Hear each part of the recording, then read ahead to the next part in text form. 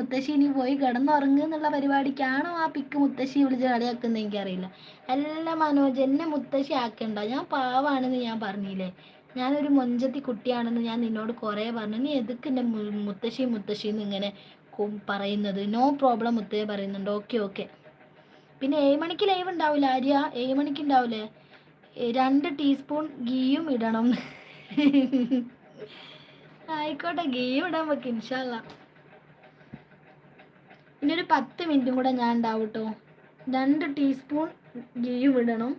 ഉണ്ട് മുത്തേ പറയുന്നുണ്ട്. ഓക്കെ, ഞാൻ 7 മണിക്ക് എന്തായാലും നാളെ വരാം കേട്ടോ. നാളെ കുറച്ച് നേരത്തെ ഞാൻ എൻ്റെ ലൈവ് നിർത്താം.